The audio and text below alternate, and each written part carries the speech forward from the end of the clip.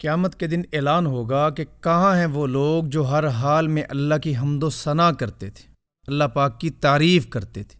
ایک جماعت اٹھے گی جو بغیر حساب کتاب جنت میں بھیج دی جائے گی۔ پھر دوسرا ایک اور اعلان ہوگا، کہاں ہیں وہ لوگ جو عبادت میں مشغول رہتے تھے، ان کی آرام گاہیں، ان کے بستر عبادت کے لیے رکاوٹ نہیں بنتے تھے۔ ایک جماعت اٹھے گی جو بغیر حساب کتاب جنت میں چلی جائے گی۔ پھر اعلان ہوگا، کہاں ہیں وہ لوگ جن کو ان کا خرید و فروخت کرنا، ان کی تجارت کرنا اللہ کے ذکر سے غافل نہیں کرتا تھا۔ ایک پھر جماعت اٹھے گی، بغیر حساب کتاب جنت میں چلی جائے گی۔ حدیث پاک میں آتا ہے اس کے بعد جہنم ایک اپنی گردن نکالے گی، عنق نکالے گی، ایسے سب سے اوپر ایسے پورے میدان حشر پہ حاوی ہو جائے گی۔ بڑی لمبی گردن ہوگی اور چمکدار اس کی آنکھیں ہوں گی، واضح الفاظ کے ساتھ بول رہی ہوگی، وہ بات کر رہی ہوگی لوگوں سے۔ وہ کہے گی میں ہر اس شخص پر حاوی ہوں جو متکبر بد مزاج ہے، تکبر رکھنے والا۔ تکبر اللہ کو نہیں پسند۔ بد مزاجی، مزاج کا برا پن، برا بھلا کہنا، گالیاں دینا، الزام تراشیاں کرنا اور جھڑکنا کسی کو، اور غیبتیں کرنا، جھوٹ بولنا، تکبرانہ گفتگو کرنا، لڑائی کرنا کسی سے۔ جہنم وہ گردن کہے گی میں ہر اس شخص پہ حاوی ہوں جو متکبر اور بد مزاج ہے۔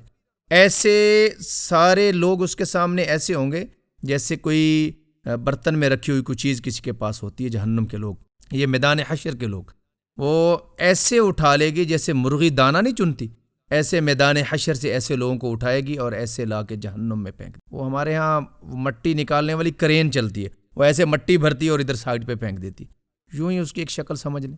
حدیث میں آتا ہے دوبارہ پھر آئے گی، کہے گی میں ہر اس شخص پر حاوی ہوں جس نے اللہ اور اس کے رسول کو ایذا دی ہے، تکلیف دی، اللہ رسول کی نافرمانی کی، اللہ رسول کی بغاوت کی۔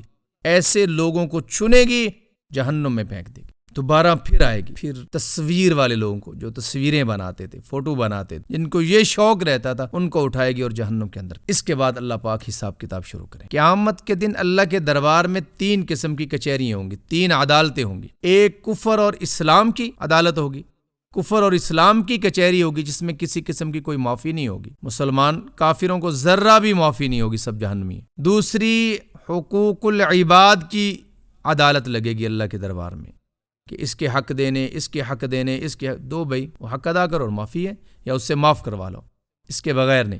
یا اللہ پاک ایسی رحمت کر دیں کہ اس کا حق اپنی طرف سے ادا کر دیں، چلو جی میں ادا کرتا ہوں تم اس کو معاف کر دو، ایسا بھی ممکن ہے۔ اور تیسری عدالت جو ہے اللہ کے اپنے حق کی ہوگی، ایک مسلمان سے جو حق رب تعالیٰ وصول کرنا چاہتے ہیں، نماز پڑھی یا نہیں پڑھی، روزہ رکھا یا نہیں رکھا، زکوٰۃ دی ہے یا نہیں دی، حج کیا یا نہیں کیا، میں نے حکم دیا تھا نظریں جھکانے کا، میں نے حکم دیا تھا جھوٹ نہیں بولنے، میں نے حکم دیا تھا غیبتیں نہیں کرنی، میں نے حکم دیا تھا کسی کا حق نہیں کھانا، حرام نہیں کھانا، یہ اللہ کے حق ہیں۔ تو اللہ پاک اس کے بارے میں مطالبہ کریں گے۔ یہاں رب تعالیٰ رحمت سے معاف بھی کر سکتے ہیں، رب تعالیٰ سزا بھی دے سکتے ہیں، اور امید بڑی ہے یہاں رب تعالیٰ بہت بڑی رحمت کریں گے، بہت وسیع معافی رب تعالیٰ عطا فرمائیں گے۔